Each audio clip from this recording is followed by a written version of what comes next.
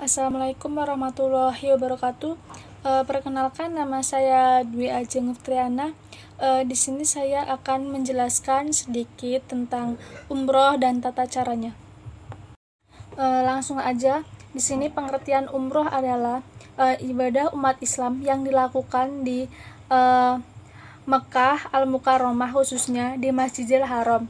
Sedangkan secara istilah fikih, umroh artinya melakukan serangkaian ibadah, yaitu tawaf mengitari Ka'bah sebanyak 7 kali, sa'i berlari-lari kecil di antara dua bukit Safa dan Marwah, lalu diakhiri dengan tahallul, yaitu memotong sebagian rambut.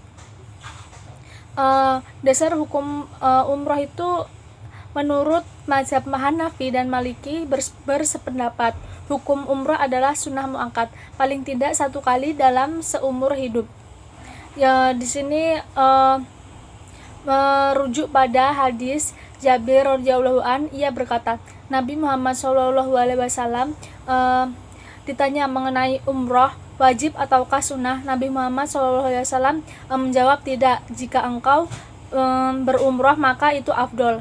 Jadi itu lebih utama jika kita berumroh. Hadis riwayat Tirmidzi nomor 931, kata Syekh Al-Albani, sanad hadis ini dhaif.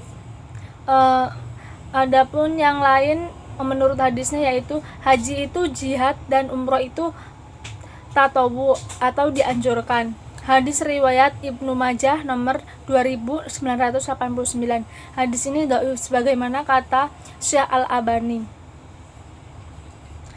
Sedangkan hukum umroh menurut mazhab Syafi'i dan Hambali berpendapat hukum umroh itu wajib dilakukan sekali semasa hidupnya bagi yang mampu. Maksudnya bagi yang mampu ini mampu berupa fisik, rohani, materi, dan pengetahuan. Di sini pendapatnya merujuk pada surah dalam Al-Quran, yaitu yang artinya, dan sempurnakanlah ibadah haji dan umroh karena Allah. Quran surah Al-Baqarah ayat 196. Yang selanjutnya yaitu perbedaan umroh dan haji. Yang pertama, berdasarkan hukumnya.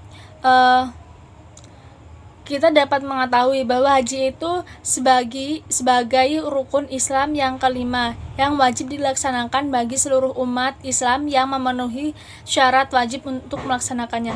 Sementara hukum ibadah umroh itu masih menjadi perdebatan di antara para ulama. Tercantum dalam surah Al-Quran, yaitu Quran surah Al-Baqarah ayat 196, yang artinya umat Islam diperintahkan untuk menyempurnakan ibadah haji dan umroh untuk Allah. Terdapat banyak hadis yang menjelaskan tentang hukum ibadah umroh. Beberapa menyamakan hukum umroh dengan haji, tetapi ada pula yang menyebut hukum melaksanakan umroh adalah sunnah. Yang kedua yaitu berdasarkan rukunnya. Yang selanjutnya yaitu berdasarkan rukunnya. Rukun dalam ibadah menjadi penentu keabsahan ibadah yang dilakukan. Hal tersebut juga berlaku untuk ibadah haji dan umroh. Rukun dalam ibadah haji dan umroh batal bila tidak dilakukan dan tidak bisa diganti dengan denda. Artinya ini wajib dilakukan. Seperti yang diketahui, terdapat pada 5 rukun dalam haji, yaitu yang pertama niat ihram, wukuf di padang Arafah, tawaf, sa'i, dan memotong rambut. Ini untuk haji. Dan untuk rukun umroh yaitu niat ihram, tawaf, sa'i, dan memotong rambut. Jadi perbedaan di antara haji dan umroh hanyalah wukuf di padang Arafah dan hanya dilakukan oleh jemaah haji saja. Dan yang ketiga yaitu berdasarkan waktu pelaksanaannya. Seperti yang diketahui, pelaksanaan ibadah haji dilakukan setiap setahun sekali pada bulan-bulan haji, yaitu Syawal, Dzulqa'dah, dan 10 hari pertama bulan Dzulhijjah. Dan sedangkan umroh dilakukan sewaktu-waktu. Yang keempat yaitu berdasarkan kewajibannya. Pada haji dan umroh, jemaah wajib menjalankan serangkaian ritual manasik yang apabila ditinggalkan tidak dapat membatalkan ibadah, namun wajib diganti dengan denda. Kewajiban ibadah haji ada 5, yaitu yang pertama ihram dari mikot, batas area yang telah ditentukan sesuai dengan asal wilayah jemaah, menginap di Muzdalifah, menginap di Mina, tawaf wada atau perpisahan, dan melempar jumroh. Sedangkan untuk kewajiban umroh yaitu yang pertama niat dari mikot dan menjauhi larangan-larangan ihram. Yang selanjutnya yaitu syarat dan rukun umroh. Yang pertama, syarat wajib umroh. Artinya, hal-hal yang harus dipenuhi oleh seseorang ketika ingin melaksanakan ibadah umroh. Adapun syarat-syarat umroh yang dimaksud yaitu beragama Islam, akil balik, berakal sehat atau tidak gila, merdeka, bukan hamba atau bukan budak, mampu secara materi, fisik, dan pengetahuan. Adapun selain itu yaitu ihram dari mikot, yaitu pakaian putih yang yaitu menggunakan pakaian putih yang disebut juga pakaian suci.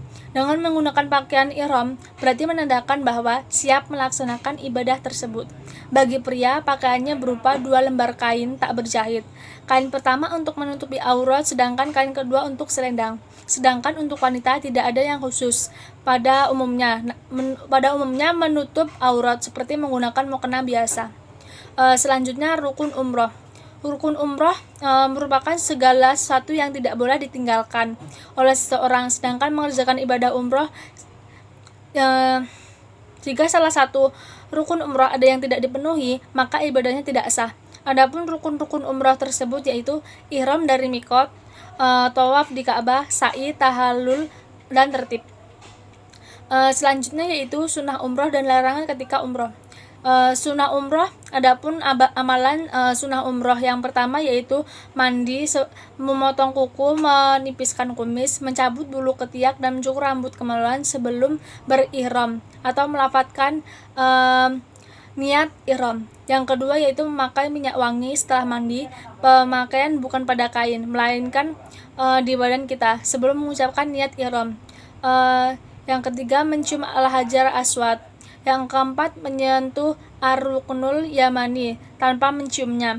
Yang kelima, pada saat berada di antara ar-ruknul yamani dan al-hajar al-aswad mengucapkan doa Rabbana atina fid dunya hasanah wa fil akhirati hasanah wa qina adzabannar. Yang selanjutnya perbanyak zikir dan berdoa ketika tawaf, dan yang selanjutnya meminum air zam-zam. Adapun larangan ketika kita umroh yang pertama yaitu pria dilarang menggunakan pakaian yang berjahit atau contohnya pakaian dalam, celana pendek, dan lain-lain, dan menggunakan penutup kepala. Selanjutnya wanita dilarang menggunakan niqab atau cadar dan sarung tangan.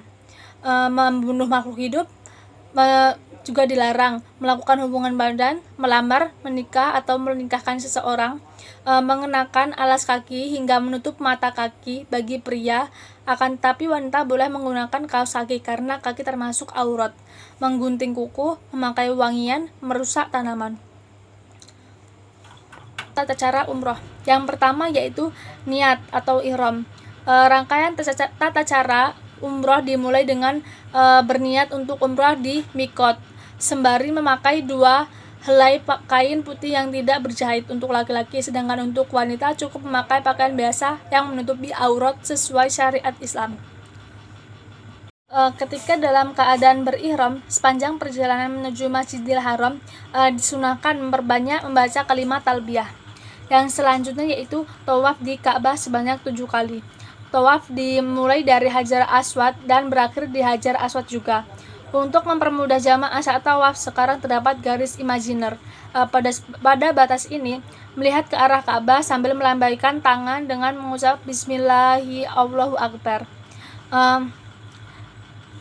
Selanjutnya yaitu sa'i. Sa'i dilakukan dengan berjalan kaki antara Bukit Sofa dan Bukit Marwah sebanyak 7 kali. Tahallul yaitu mencukur rambut, yaitu akhir dari proses kegiatan ibadah umroh. Bagi pria boleh mencukur sebagian, boleh juga mencukur habis semuanya.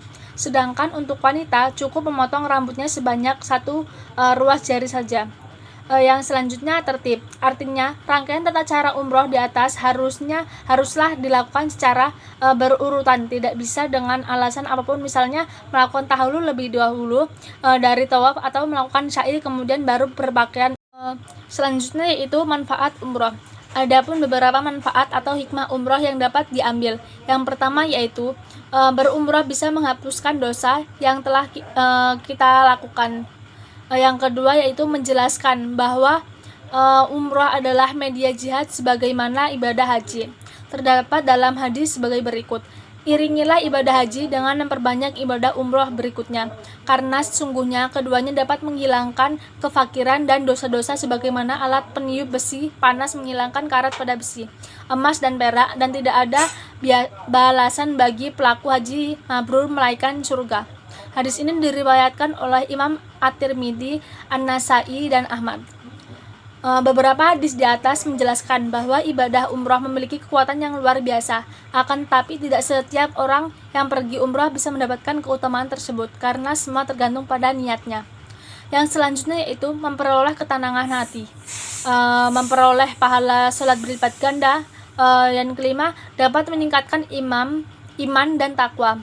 Doa akan dikabulkan, dijauhkan dari kemiskinan. Wafat saat umroh pahalanya dicatat hingga hari kiamat. Jadi pahala-pahala kita akan dicatat hingga hari kiamat. Jadi kesimpulannya yaitu umroh adalah ibadah yang dilakukan orang-orang muslim jika mampu melakukannya secara jasmani, rohani, materi, dan pengetahuan. Hukum melakukan ibadah umroh menurut para 4 imam mazhab, yaitu Imam Hanafi dan Maliki, adalah sunnah muakkad yang dapat diartikan mendekati wajib atau sangat dikuatkan. Sedangkan menurut Imam Syafi'i dan Hambali adalah wajib bagi yang mampu melakukannya secara jasmani, rohani, materi, dan pengetahuan. Adapun tata cara yang dapat dilakukan ketika melakukan ibadah umroh, yang pertama yaitu ihram, niat, dan menggunakan pakaian ihram menandakan siap mengikuti kegiatan umroh. Tawaf di Ka'bah sebanyak 7 kali, sa'i, berjalan kaki dari Bukit Sofa ke Bukit Marwah sebanyak 7 kali, dan tahallul, mencukur rambut, dan yang terakhir tertib. Demikian materi yang dapat saya sampaikan, semoga bermanfaat. Saya akhiri. Wassalamualaikum warahmatullahi wabarakatuh.